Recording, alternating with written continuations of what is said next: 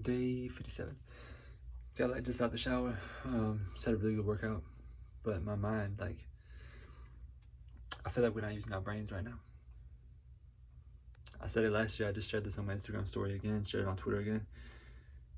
The real pandemic that's going on is the lack of critical thinking, and that takes millions and millions and millions of lives every single year. Because we all got things going on.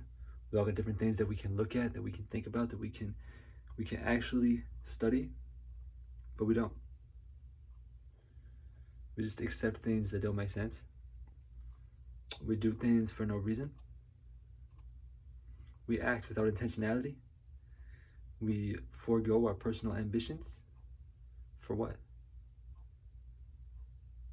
There's no reason. It's laziness, right? It's laziness. We all have incredible capability, incredible potential, and we sleep on it. People would rather fall asleep and dream about their dreams than get up and actually work for them. That's the tough reality. That's a fact. Ask people, go talk to people who are 40, who are 50, who are 60 years old. What did you want to do when you were 20, when you were 25, when you were 30? How much of that did you accomplish? Are you satisfied with the work that you put in?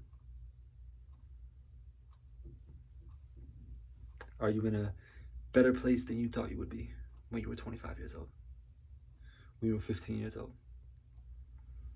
Most people are not going to say yes. Most people are going to say, you know what? I didn't do what I should have done. Right? Think about it.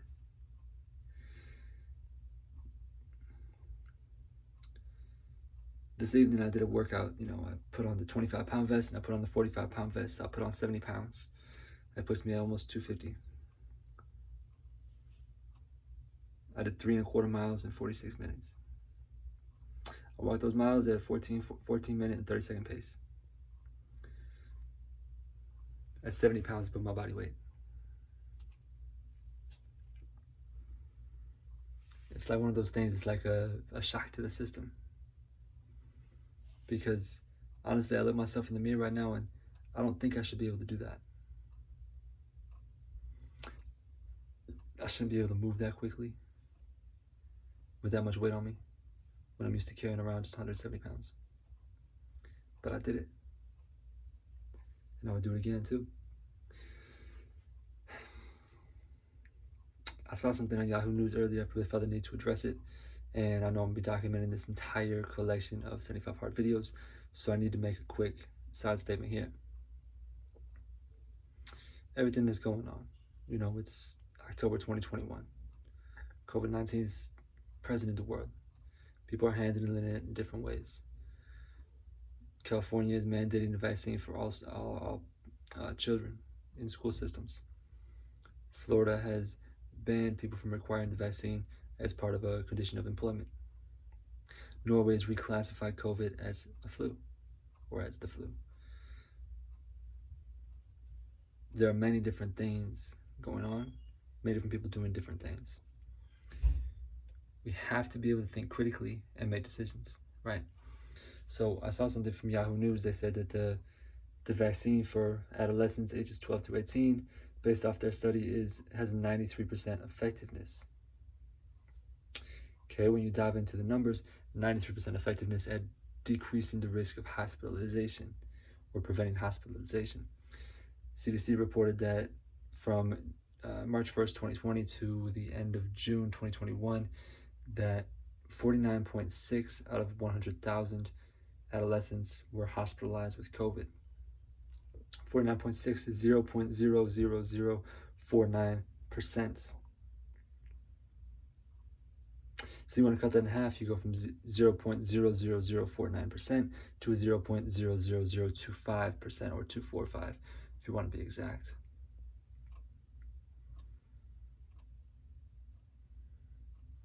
Is there any statistical significance to that? How many adolescents are there in the United States? If that's per 100,000, we got what, just over 300 million people in the U.S. And what adolescents make up, is it 10%, 15%, that 12 to 18 age group? Let's say it's 15%. Let's say 50 million for a round number. So 0.00049% is how many people? It's how many people, right? I mean,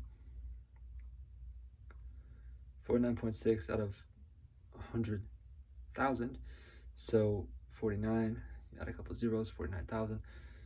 So it'd be, if everyone in the United States got COVID and actually reported it, which CDC says you don't do that, then mean that 49,000 adolescents would be hospitalized with COVID. Now, the CDC has also said that COVID cases are going to be underreported by about 3 or 4x. So that means that you can reasonably conclude, say 3x, rather than 49,600, it'd really be 1/3 of that, which would be just over 15,000. Let's say 17,000, just to, round up 17,000 adolescents. But in the same way, if you look at the percentage of adolescents who have been diagnosed with COVID or received a positive COVID test as a percentage of the total COVID cases in the United States, it's not equal to the percentage of population that they make up. So you could reasonably conclude that it's not 3x that's underreported, and maybe it's 5 or 6. You say 6x, then you go from 17,000, now you're down to 8,500 adolescents are going to be hospitalized with COVID. Of the people who are hospitalized with COVID who are adolescents, what is the mortality rate of that? It's something I don't have in front of me. I'm not going to make up a number, but my recollection tells me it's less than 1%.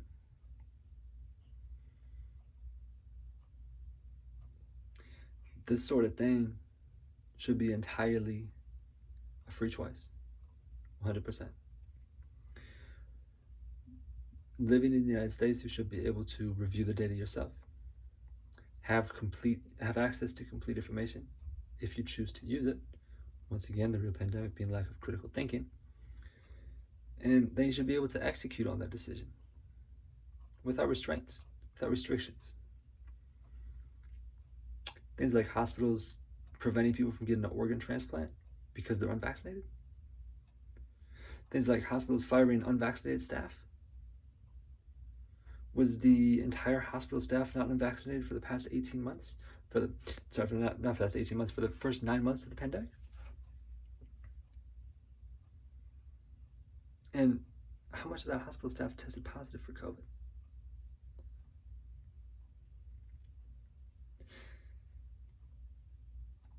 When things don't add up, it is your right, but it is your duty to question things, to look into information, to get real information for things.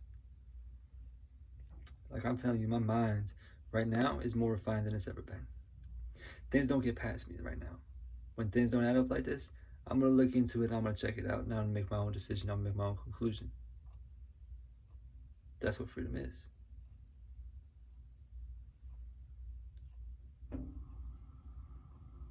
But we don't have that much of that left.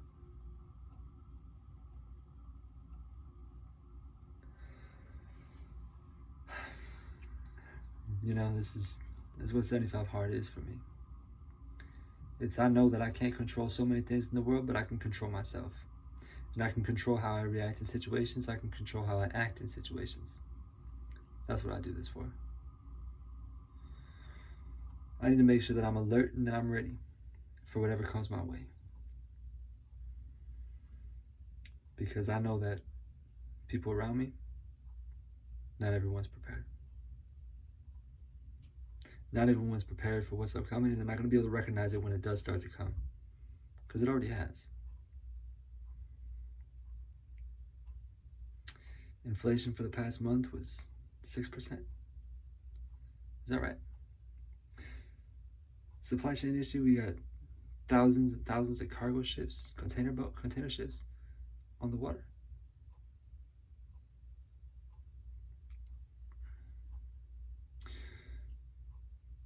when the majority of the large ports in the United States are heavily robotic.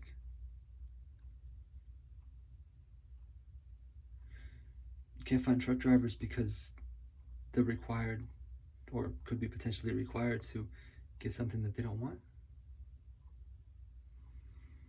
When truck drivers don't even really interact with people. When things don't add up, you gotta question it. That's your right, that's your duty. I know that I'm doing things to put myself in a position that when God speaks, I'm ready to listen. When God tells me to do something, I'm ready to do it. It's execution at the highest level for me. That's what this is. Stop and think about everything sometime. If you don't, it's going to pass you by and it's going to be too late. If you don't think about where you're going, you're going to end up somewhere that you don't want to be. And at that point, nobody's going to know where you are except for yourself. And if you end up somewhere that you didn't realize how you got there, how are you going to get out? And once you do get out, if you do, how are you going to know where to go if you have no idea where you are? Put some intentionality into your actions. That's it. That's why I'm doing this thing too. I know what I want to do. I know what needs to get done. And I do it. Day after day, I get it done. It's day 57 today, but it feels like just any other day. This is what I do now. Period. God bless.